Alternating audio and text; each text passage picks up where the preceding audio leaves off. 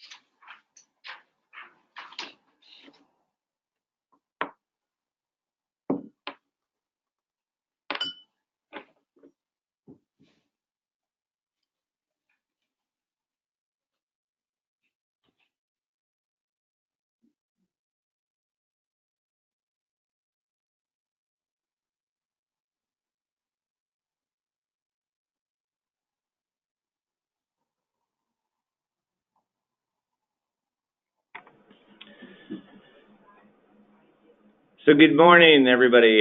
We welcome you today to today's webinar on Board Governance 101. My name is Ryan Eldridge. I'm with Charter School Capital. I'm a Charter School advisor for Charter School Capital, and we're joined today by Mike Mazzoni with BoardOnTrack. Mike, welcome. Hi there. Thanks so much for having me. Yeah, no worries. Before we begin, I just want to put a quick note out there that if you have questions during the webinar, you can type them into the questions box at the webinar control panel on the side. We'll hold those questions to the end of the webinar, and we'll try to wrap it up a few minutes early to answer those questions for you. So with that, Mike, I'm going to just pass it over to you and let you run with it. Awesome. Thanks so much, Ryan. Thanks so much for everyone at Charter School Capital for allowing us to partner on today's webinar. We are hoping that this will be the first of many sessions, because I think, as you'll find today when you listen, that we're truly going to cover what we would consider Board Governance 101. So we're going to scratch the surface. I'm going to get you thinking of a lot of things that maybe you haven't thought of before, and would love to answer any questions that you have at the end. So here's what we're hoping to cover. We're going to start off by discussing who is on your governance team and what is it that they do. This notion of a governance team is something that we're really trying to promote, that people think of exactly who the membership is of their quote unquote governance team. So we're going to talk about that.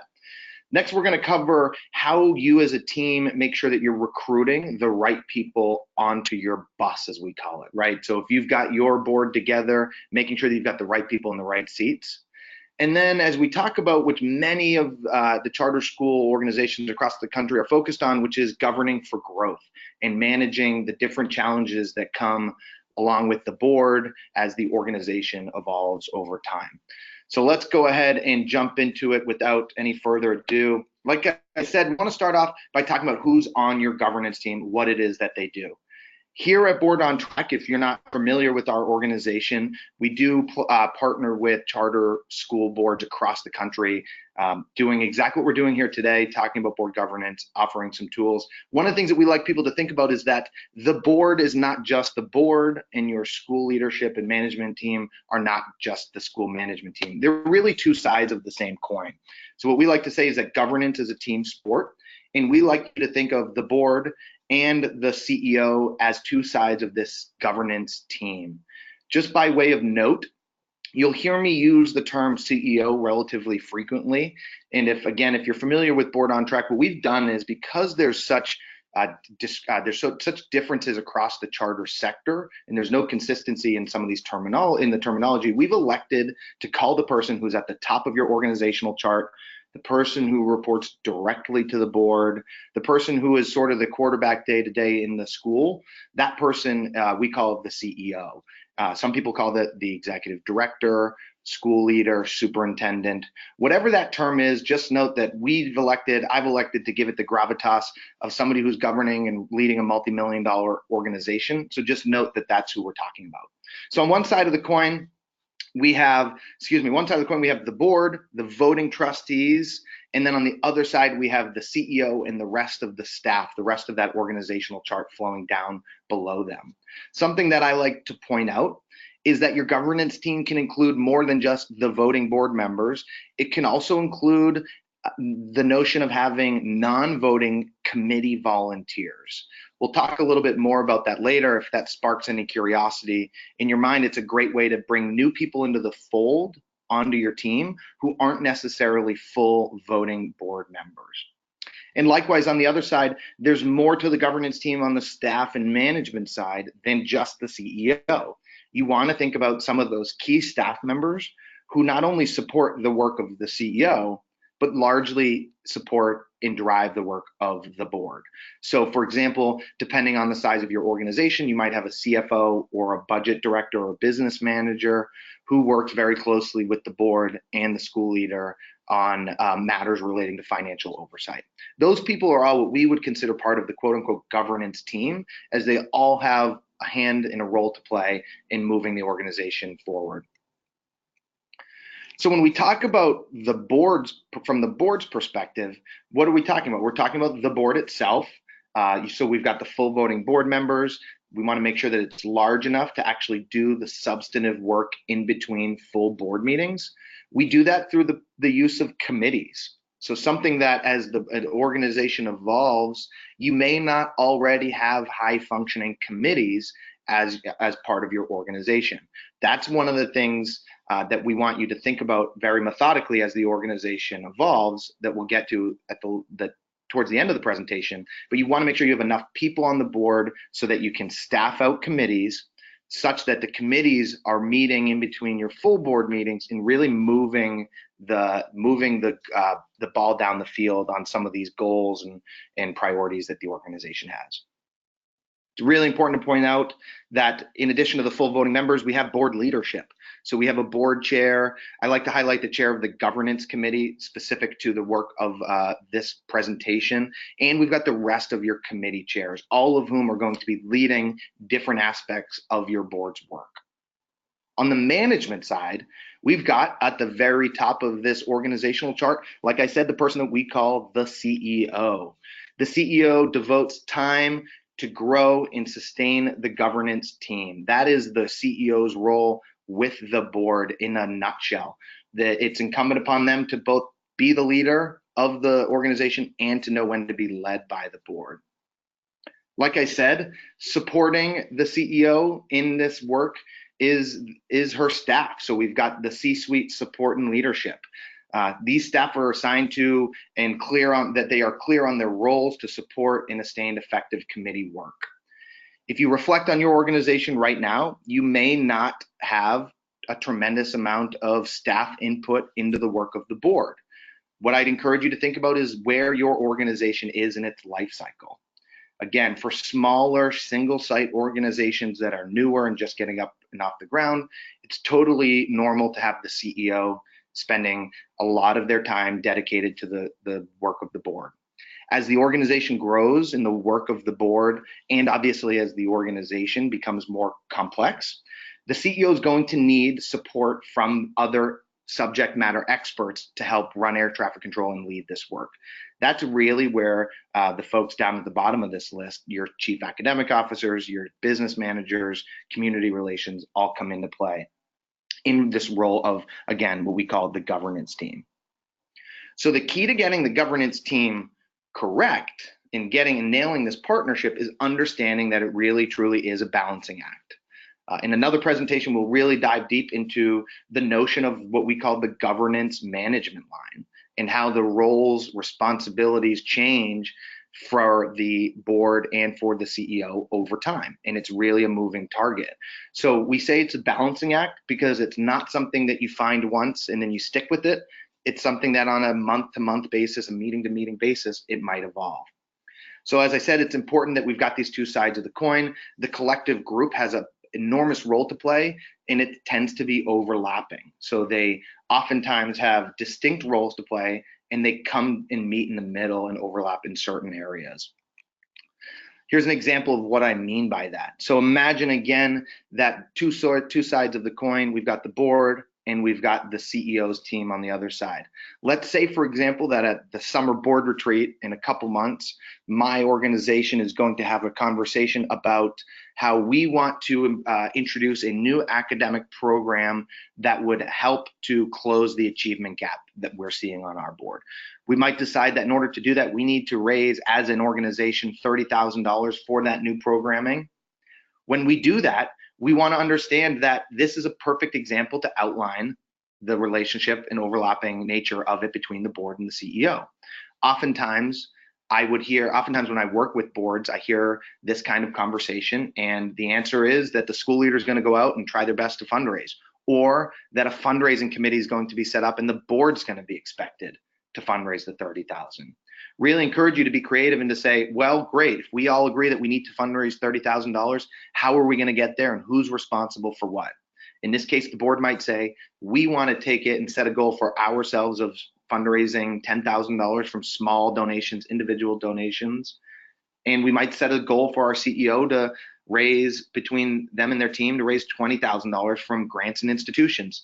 Collectively, the organizational priority is to raise $30,000, and this is a perfect example of how this governance team approach can lead the organization to some academic and financial success. So next, I want to go into role-specific characteristics, what it exactly is for the role of the board chair, committee chairs, and some of these other key people. So we know, right, this usually goes without saying, but there are certain things to repeat. The board chair is the chief volunteer leader of the organization. So they are not in charge of the board. They also don't have any more power than the rest of the board or responsibility, but they are responsible for facilitating and empowering the work of the board. Just like the captain of any sports team, they have to play on the field as well. They're part of the team, but they're there to be a leader for that effort.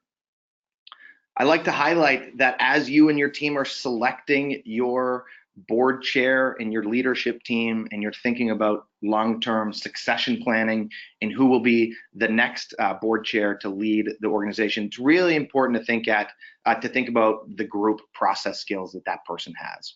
So being able to work together as a team, being able to inspire a team, being able to get everybody on your team to row in the same direction. And one of the most important things, again, that goes without saying, is being able to facilitate meetings with lots of individuals and strong personalities.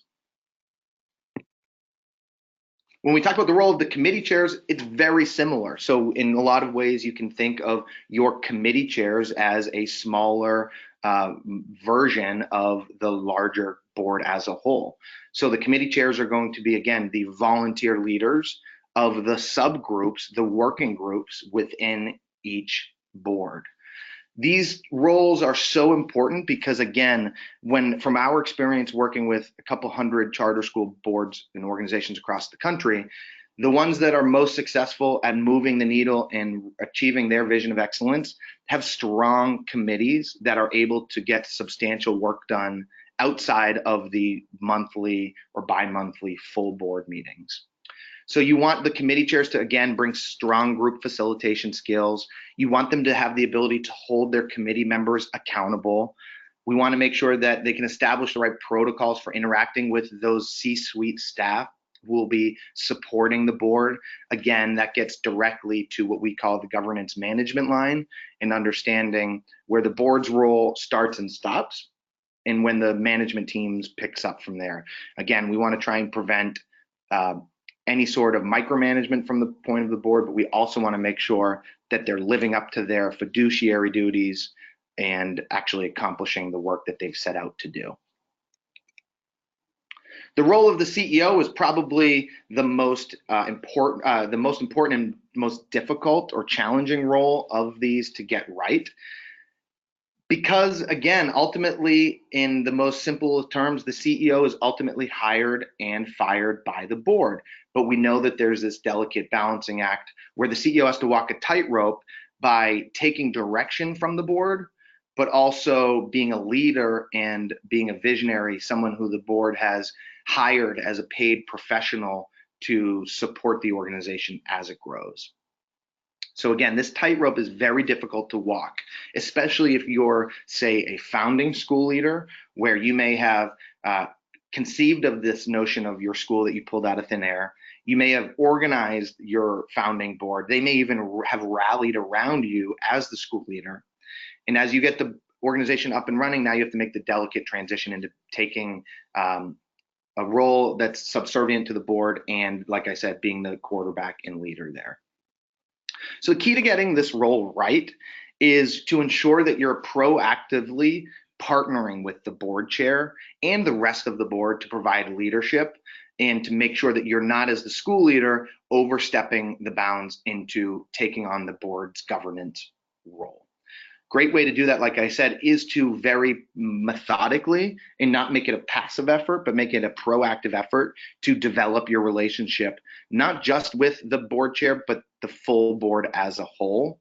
We understand that there's always a special relationship between the board chair and the CEO as they work so closely in preparing for meetings and things like that.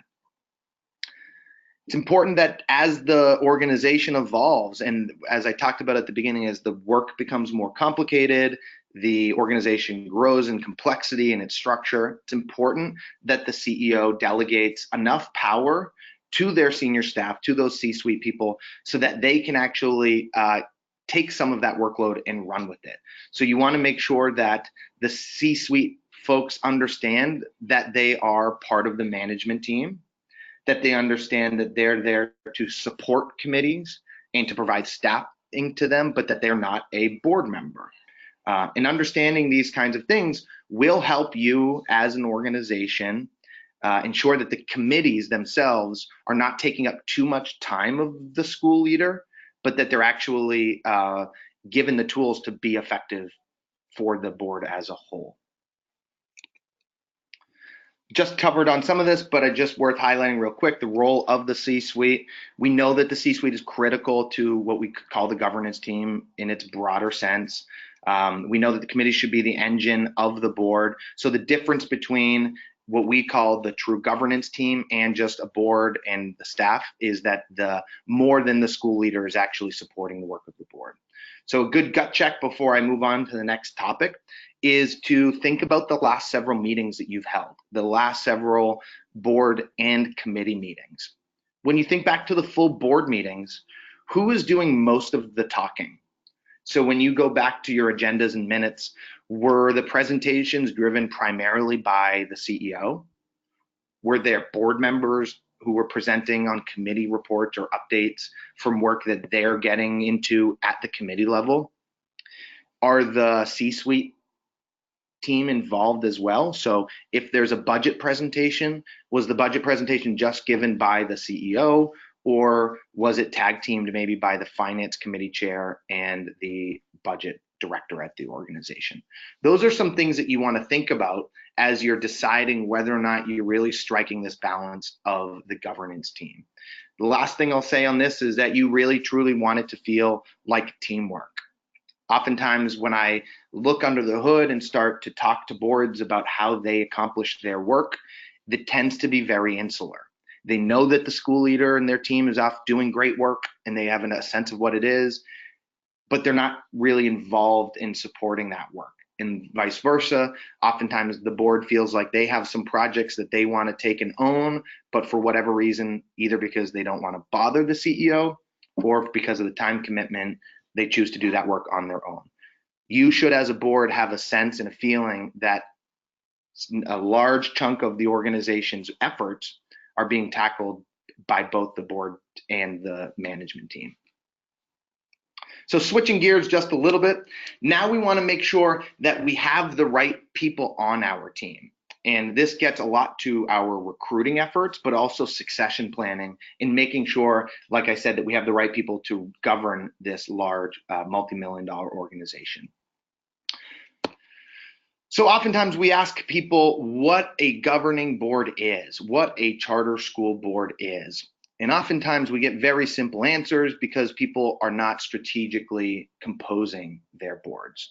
So we like to say here that your charter board is more than just a group of well-meaning volunteers, even if it might feel like that because a group of people in the community who rallied around the notion of pulling this organization out of thin air all are aligned in that, so they are well-meaning volunteers.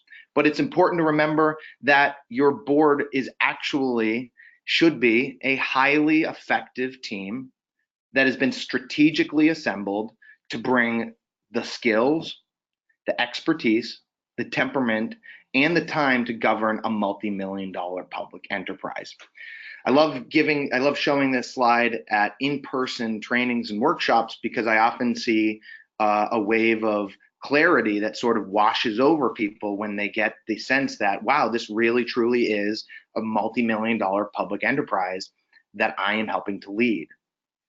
So when we talk about how complex the organizations can be and how difficult it can be to effectively govern them, we tackle these challenges by making sure that we are recruiting people to fit our specific needs. So when you're out recruiting people, you want to make sure you're considering your board's goals and whether you will have the right people on the team to actually accomplish those goals. So back to my analogy before, if we have a fundraising goal of $30,000 and nobody on our board has ever undertaken a fundraising campaign, a capital campaign, a public affairs campaign, then we might want to start actively recruiting someone who has development experience, who can support those goals. We want to think about the size. We'll talk a little bit more in just a moment about how the evolution should be planned, but you want to make sure, like I said, that you have enough people on the board that you're not causing burnout and that you have enough hands to tackle all of the work that a strong governing board needs to accomplish. So going back to the committees references, if we are going to have active committees that meet in between our full board meetings and are actually picking up work and running with it, then we have to make sure that we have enough people on the board to actually staff out committees. Because what we don't want is if we only have a 5-person board and we've got 5 committees, then that's going to be very difficult to actually have those committees be anything more than paper committees, where they're actually able to meet and actually get substantive work done. So we'll talk about that. I want to talk about the strategic skill sets. So we've talked about them briefly. That's really largely what this comes to. You want to talk about some of the softer skills, like the culture fit. You know, serving on a school board is one of the rare opportunities where you as a board member actually get to select who your coworkers are going to be. So in a lot of ways, unpaid as they tend to be, it's a part-time job. And you actually get to pick who it is that you are going to be working with to move this organization forward. So you want to think about things like, are they aligned with the mission? Will they fit in with your teamwork and your group skills? All of those kind of softer skills that people often put to the back burner, and then they largely bubble up throughout the course of that person's tenure on the board. So again, the culture fit is something that I think is so important and is often overlooked. Part of that cultural fit would be the time commitment. Does this individual truly have the time to participate as a full voting board member and all the expectations that come with that? When we talk about demographics, we often talk about how the diversity makeup of the board is so important. And when we talk about diversity, we do talk about skills and those professional background and expertise, but obviously a large part of that is your demographics. So one of the things we encourage all boards to think about is whether the makeup of their board reflects the community that they're serving. Does the makeup of their board reflect the students in their schools? Does it reflect the broader tax base? Does it reflect the community as a whole? And as I've touched upon briefly, we want to think about our succession planning needs. By doing that, not just thinking about who will be our leadership on the board, so our board chair and some of those leadership positions, but broader, just more generally thinking about what needs we have today and who we have in a couple years down the line.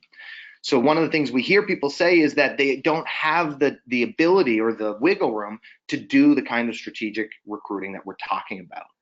So they may say, we just had 2 people resign. We don't have enough people to actually get, meet for quorum. We need to get some new people in there.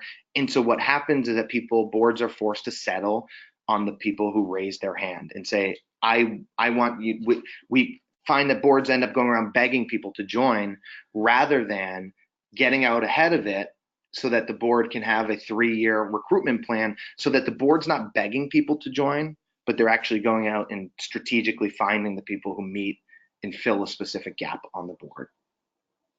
This sounds probably very complicated.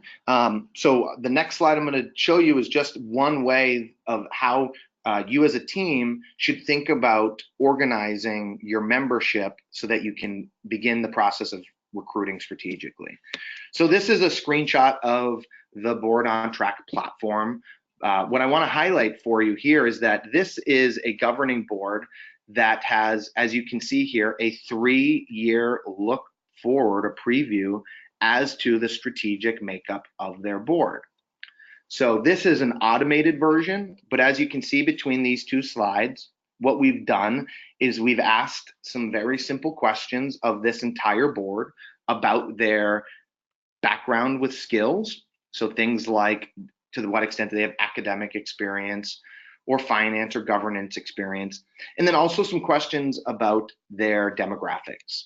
So as you can see, what this board can now do is take a look at its current membership, the membership next year, and the next 2 years in looking forward by tying individuals' information about themselves to the term in the terms that they're actually going to be on the board. So we now know for this board that they can look forward and see that right now they should be recruiting for someone with governance experience and facilities experience. But for the rest of these key strengths, they largely have a well-composed board in each of these key areas. So something that I would encourage you to think of if you haven't done so already is to consider putting together a roadmap that shows you what your strategic needs are going to be going forward. So let's talk about what I mean now by managing these challenges and changes at any stage. This is what we call the notion of governing for growth. And I like to pause here to say that when we talk about governing for growth, it means a couple different things. It does not mean that every organization is going out there to become a massive CMO that operates in several different states and has multiple different boards. Some of you may have that in your vision of excellence. We work with plenty of organizations who say, we serve 75 middle school students and we do not plan to grow. We have a mission, we have a niche that we fill, and we may not intend to grow to other schools, but we may decide to add grade levels, or we may decide to partner with another organization, or we may decide to expand the academic programming within that school. There's almost always some desire for growth, and that may look different for you and your organization. The key, though, and going back to these other quick conversations, is to make sure that the full board is aligned as to what this growth path is going to look like. So something to save for another presentation, but one of the things that we talk about very frequently is making sure that the full board understands the 3 to 5 year path to excellence. What is our goal 5 years from now? Are we looking to purchase a building to house a new school, in which case we might need to boost our governance board team in the areas of real estate or property acquisitions or architecture, fundraising, things like that? So what we want to encourage you to think is, do we have the right team today? Do we have the team that we need for the next couple years? And are we in a position where we're building the team that we're going to need for the future? So as promised, I mentioned that we would talk a little bit about the evolution of the size of the board and give you a snapshot for what that might look like. So what it's important to note is that, like I've said, you've heard me talk about this evolution and how unlike a traditional school, so for example, I just recently finished a 5-year stint as a board member on a traditionally elected school board. And what that meant is that we had the same size board because our needs did not change substantially year to year. We have a school that was given, that came with the territory, came with the town. There's a different set of challenges that charter school organizations need to overcome as they are entrepreneurial in spirit, and they tend to operate a lot like a startup. So just like any startup, you're not going to hire the full complement of staff that you're going to need on day one. It's something that you're going to feather in over time. So this is something that most boards do not think about. Oftentimes, we meet with an organization that started with 5 or 7 people, and we are now working with them 5 to 10 years later, and they still have the same size board, and they're wondering why it feels like the work of the board has slipped over the years. And usually the case is, what happens is that the organization, when it started, the board was able to satisfy those needs. But then as the work became more complicated and the financial oversight became more complicated, as you needed to start doing the annual audit and developing 3 to 5 year budget projections, as that work becomes necessary to sustain a larger organization, they need to then pause and have a conversation about, well, is our governing board meeting the needs of this organization still? And if not, who do we need to recruit? So what we would typically expect is that you cannot start a founding board with fewer than 5 to 7 trustees. That is hands down the bare minimum that you can operate an organization by having quorum, by being able to meet in public, publicly posted board meetings. This usually happens, like I've been saying, because the work is done as a committee of the whole. You might be meeting together in the morning to paint the walls on the library, and then meeting in the afternoon to talk about whether you've got enough cash to get through to doors open. Another thing here, as I mentioned before, is that this tends to be during the phase where the CEO is supporting the work of the board mostly on their own. Tends to be more digestible, not so overwhelming. As you go on, and I want to point out that these years here are probably pretty ambitious. So I say planning to year 1 and then year 2 and beyond, but note that this timeline is probably a little ambitious. The idea is to start thinking about, well, are we still in founding board mentality, or are we now truly in the initial governing board stages? We have a school, we have a true school in this middle stage, versus in the first stage, have the idea for a school. Maybe we've now been given the charter, and now we actually have to go out and hire staff and find a location. When we get into the third phase, at this point, in order to have a long-term, successfully viable organization, it's really important, like I said, that you have enough people on the team to build out a full complement of committees and that fully staffed C-suite team. So I don't have the math here for you, but let's say, for example, let's do some a quick equation in our head to see exactly why the 11 to 15 number becomes so important. We feel pretty strongly that the highest achieving charter school boards out there have 5 key committees to help them accomplish this work.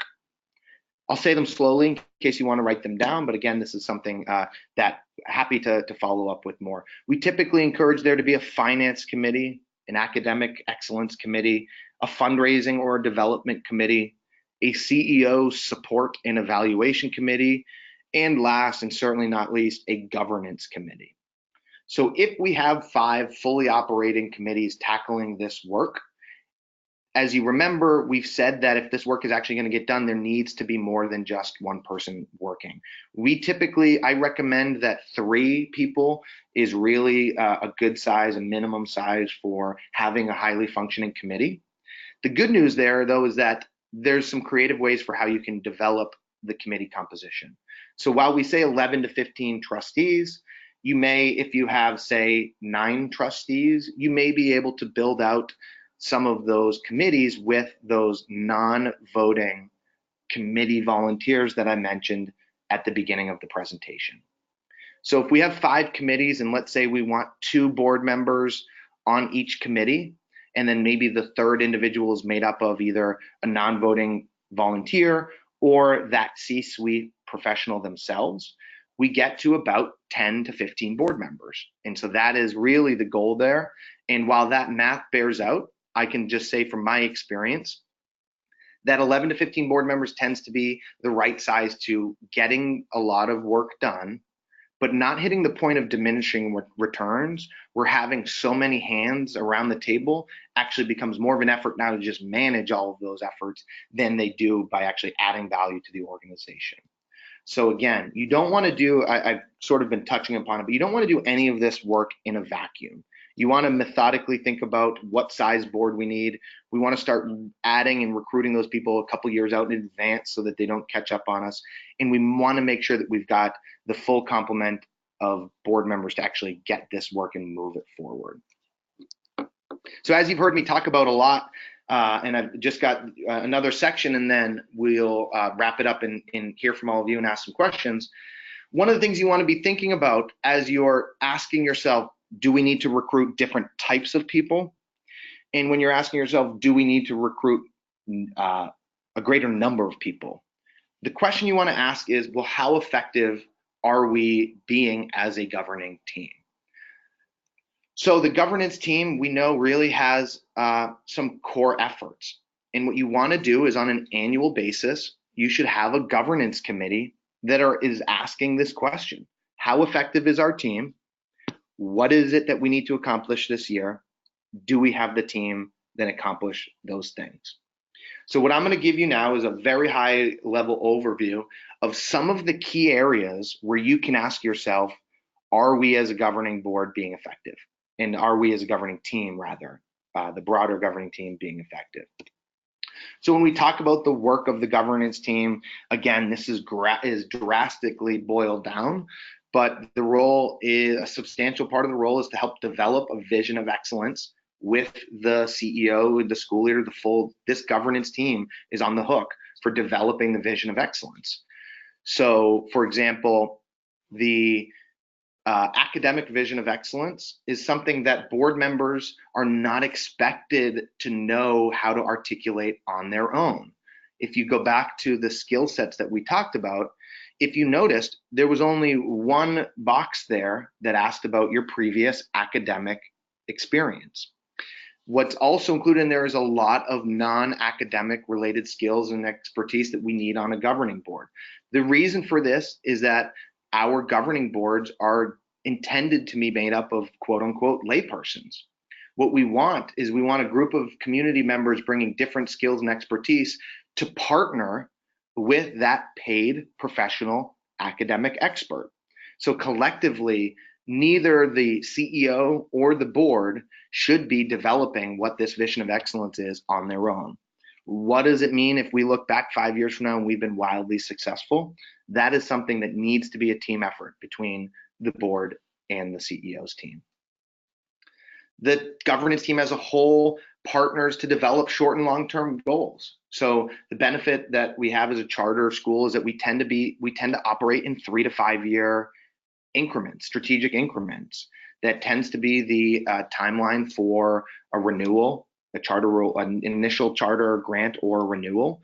And so we encourage people to think just like a traditional district might have a 3 to 5 year strategic plan. It's important that the board and the governing team does so as well. So we might say that we know that within the next 3 to 5 years, we are expected per our charter to accomplish X, Y, and Z. So it's going to be the governance team as a whole who's going to map out what exactly it is that we need to do this year to put us on track, so that next year we can do the things that puts us on track, so that the following year we are able to actually meet or exceed those promises that we've made in our charter. Again, presentation for another time to talk about just what exactly it is, the process that we go through for developing these goals. But one of the things that I want to just specifically highlight as it relates to this presentation again, is we really wanted to talk about governance 101. So what is it at its 10,000-foot view that a governing board needs to get right. What we call this, here are what we call our 5 Ps. This is what we say the 5 key areas that all exceptional governing boards, school boards need to focus on. They are your priorities, your people, the process, the performance, and the progress. I'm just going to speak on for each of these for just a moment, and then after that, we can wrap it up, and would love to know what kind of questions you all have on the line. You've talked about these, some of these for a moment already here today. When we talk about priorities, we're really talking about those goals. We're making sure that the organization and the board and the school leader maintain focus on what matters.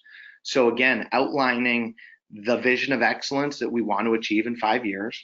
I often refer to that as the quote unquote mountaintop, right? That we know we're looking at the range of possibilities we could go to. So think of it as a mountain range in front of us of all the different mountaintops that we have the option that we could go towards. We as a governance team want to pick the mountaintop that we're headed towards and then map out the path that we're going to take to get there. Because one of the most challenging things that any organization can do is to maintain the view of the forest through the trees. So I encourage boards to do that by setting goals and priorities that relate all the way back to that initial slide that showed the 2 sides of the coin. And I'm just going to run back here.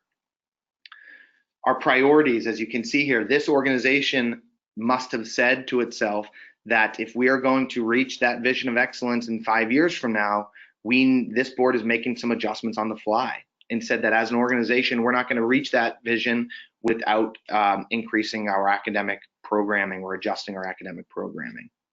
Once we've aligned that we need to do that, then the board and the CEO set those clear goals that we're talking about. So they say, if we have an organizational priority of fundraising $30,000, or organizational priority of having, increasing our cash reserves, or a priority of building a new school building, there's largely going to be a role for both the board and the CEO, and you want to outline that in your priorities. Apologies for making anyone seasick by clicking through here. So that's what we talk about priorities. Strong boards that we work with, the ones who consistently meet and exceed those charter promises, have great names out in their community, they tend to have pretty clear goals for both the CEO and that the board are going to accomplish this year ahead.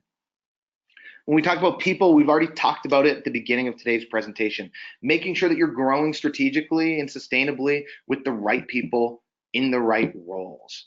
Again, the key here is to be forward thinking, is to not wait to recruit the next person until somebody has resigned or until there's a seat open. You want to get out ahead of it so that it's a privilege to serve on your board and that you're not out behind the ball actually recruiting people and begging people to join. I really like to focus in on the green here, the process. This is all about doing the right work in the right way to maximize the full board's time and talents. So when we talk about process, we talk about things like your operational excellence. We talk about things like complying with your state's open meeting law, making sure that you're not being dinged unnecessarily for transparency problems. We're talking about taking clear minutes and having somebody on your team who is designated to help support that sort of organizational effort, building an institutional memory. Things like having your bylaws, your governing documents, your budget for the year, all organized in a place that the board members have access to it. We talk about attendance. So the rubber meets the road for you as a governing board in the meetings themselves. The process by which you do your work is largely done in meetings. So attending those meetings is key to being a 5-star board. The best boards we work with consider having attendance policies where they say we all are expected to attend 80% of the meetings for the year. Things like that. It's really important to get right. And again, a presentation for another time is to really dive into how the board goes about doing that. When we talk about performance, we talk about how is the board holding each other accountable, both the board members and the staff and the school leader. So we're thinking about things like when we set a goal for the board to fundraise $10,000, we may say that there are specific tasks that are assigned to each individual person. It might be to either make a financial contribution yourself or to volunteer at a fundraiser. So when we talk about a performance, we want to talk about how is the board performing? Are we actually checking off the boxes that we said we would accomplish? And if not, how do we as a team hold one another accountable? On the other side, when we talk about the CEO's performance, how are we as a board demonstrating accountability to those charter promises that we've made? Again, every school leader out there, for the benefit of themselves and for the organization, should have 3 to 5 clearly articulated goals that they are going to be evaluated on an annual basis. They might be a couple of professional development goals, maybe earning a new credential or getting professional development for a school leader. But what I'm talking about mostly here are those priorities that move the needle on our 3 to 5 year charter renewal or application.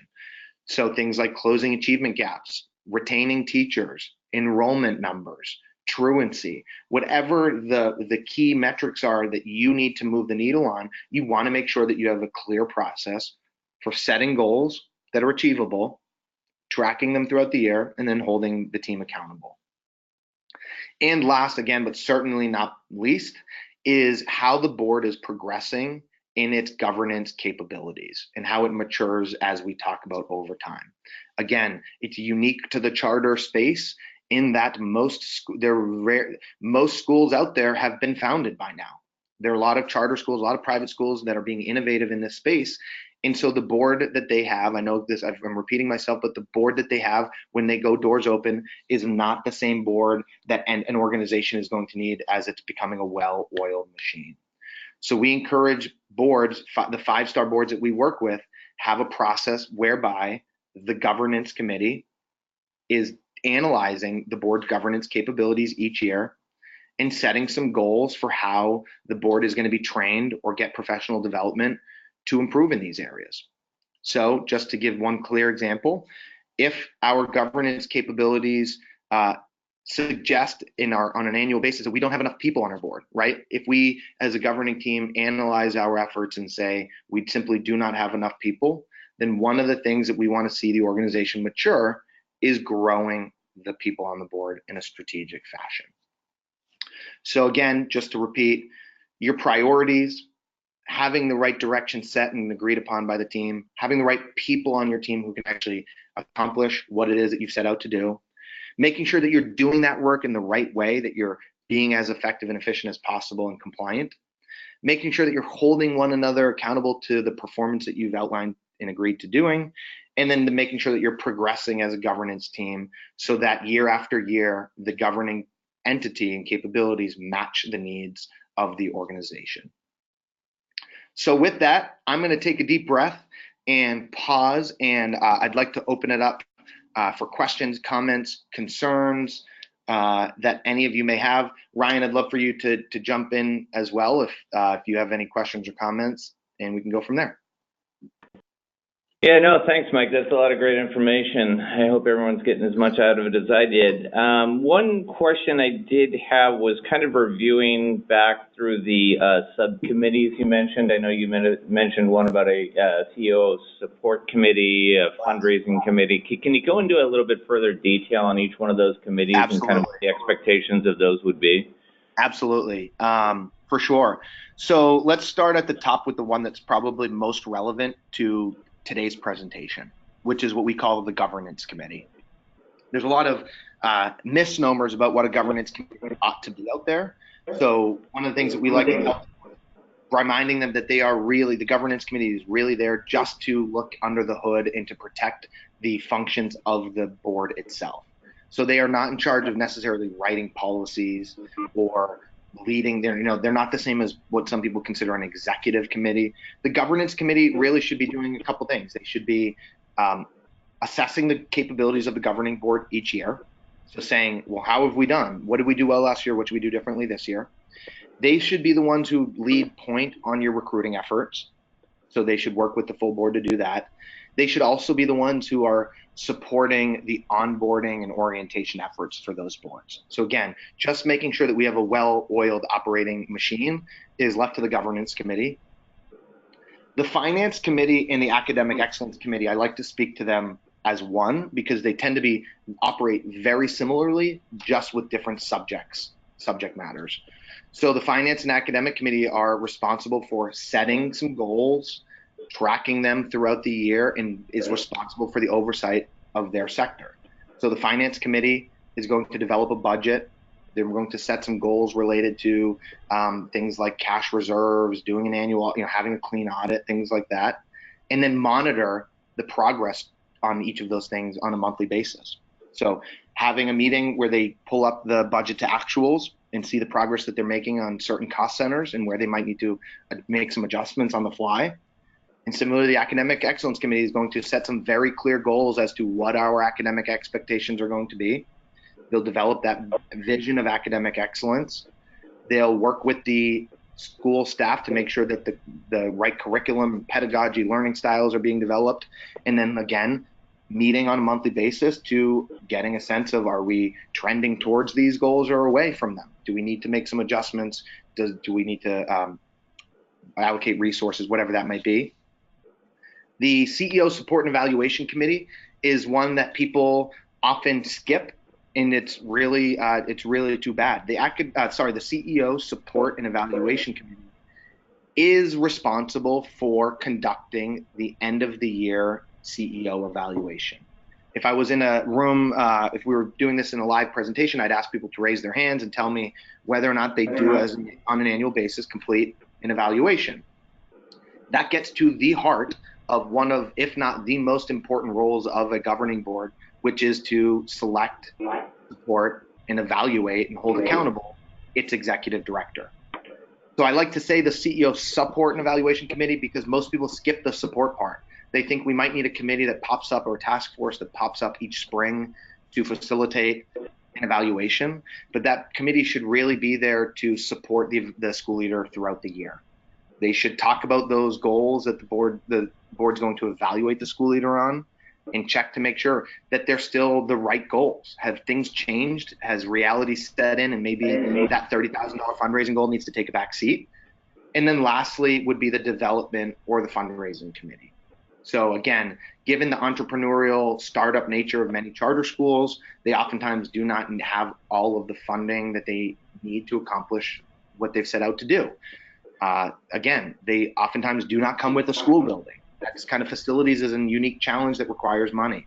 So most charter school boards have some pretty strong efforts in fundraising to support those other needs. I like to just point out that it's development committee, right? It's got a role of fundraising. Again, something that most people don't consider and weave into the role of this committee is the broader public image and standing of the organization in the community. So development also means things like public relations, community relations, things like that. Great question. I'm glad you clarified that. Yeah, no, that's great. I know we're running short on time. I'm just a little curious real quick, Mike, obviously we're giving kind of a 30,000-foot view of board governance here just for the members out there. How would you work more closely with schools if somebody was interested to talk to you? Do you kind of dive in on an individual basis? Can you kind of go in a little bit more about how you work with schools individually?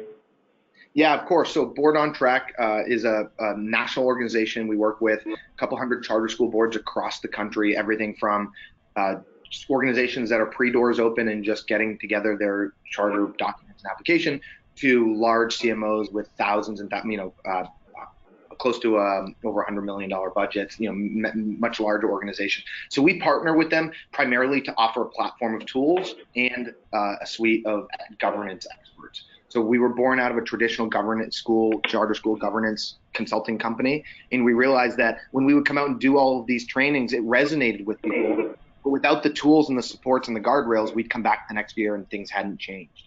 So what BoardOnTrack does is it offers those tools that I showed you related to managing your recruitment process and understanding who's on your team, to things like running your board meetings, running really strategic board meetings, For the folks in California, we are what is considered an agenda management system. So posting your meetings for open meeting law, taking minutes, all of that stuff is managed in our system, and it helps to develop an institutional memory so that board members who may have just joined get a sense of where this organization has come and how they got here. And then the last thing I'll say is some other built-in tools. So it's really a full platform. So if you out there are interested in improving your governance, either from a strategic point of view or from an operational standpoint, feel free to reach out to us. I don't handle new member type sales stuff personally, but I'd love to talk more about your specific board, see if it's a right fit, and to put you in touch with the new member team. Yeah, and Mike, before we go, I did have one more question from one of the listeners. It said, if your school's considering expansion, what decisions does the board make and what decisions does the management make? That's a really great question, because the answer, again, I don't know if we prefaced it at the beginning, but I'm an attorney, which means that I give the dreaded answer, which is it depends, and most people hate that answer. If you are looking to expand to a new school, there are a couple questions to ask. One is, are you going to need a new charter? Is it something that can be, is it just a new school building or location that can be included within your same charter grant? And if that's the case, the board is ultimately responsible for setting the strategic direction of the organization. So if there was a conversation about, maybe we have a waiting list of several hundred students, or maybe we have so many middle school students that we want to have a feeder, or we want to have a high school program that they can go into, it is going to ultimately be expected that the board votes to say, yes, this is the direction we want to go in. But a lot of the prep work that will go into that and facilitating that conversation is going to be led by the CEO. So the CEO might come to the board and say, here are some creative options for where we might want to go next. We could either focus on expanding our middle school to reducing that wait list, or another direction would be that we focus on expanding into a high school so that these students who we have now can be with us throughout the rest of time. So it's really important that the board sets that kind of strategic direction. And those are the kind of answers those are the kind of questions that we expect this quote unquote governance team to tackle, where the lay person board is partnering with the expert CEOs to make the decision on whether we go left towards expanding middle school or right to the high school. Then when you get into some more nuanced things, such as, which I'm just going straight into because I'm anticipating it could have been part of your question, would have been something like, let's say we do want to expand into that high school. Maybe it's already within our charter grant that we can do that, but we need to now go out and actually create another school. It is not likely going to be the board members who actually go out and are touring every facility and making sure that each classroom is going to meet our academic needs. We're going to expect that there is an expert who is going to be the person who says, actually designing the school. But the board might be involved in making sure that there's enough financing or funding available to actually make an acquisition. So it's really balanced, it's really nuanced, it changes based on the circumstances. I think the key here is that there is almost certainly, with that kind of question, regardless of whether it's applying for a new charter, buying a new school, merging with another new school, that is a fundamental direction of the organization, and it should have the board ultimately making a call with the support and recommendations of the staff. All right. Well, thanks for answering that. Thanks for all the questions. I know a lot of the people out there might want to access this presentation. So just so you know, to the listeners out there, you can expect to receive an email later today or tomorrow with the access to the presentation. If you'd like additional information from Mike or BoardOnTrack, we'll provide his contact information as well. Because we're hitting the hour here, that's it for today. We'll give you the rest of your day back. Mike, I want to thank you for your time today. Really appreciate the information. Thank you, everyone, for joining us. We appreciate your time and look forward to having you join us for future webinars from Charter School Capital. Take care. Thanks so much, Ryan, and thanks so much, everyone, for attending.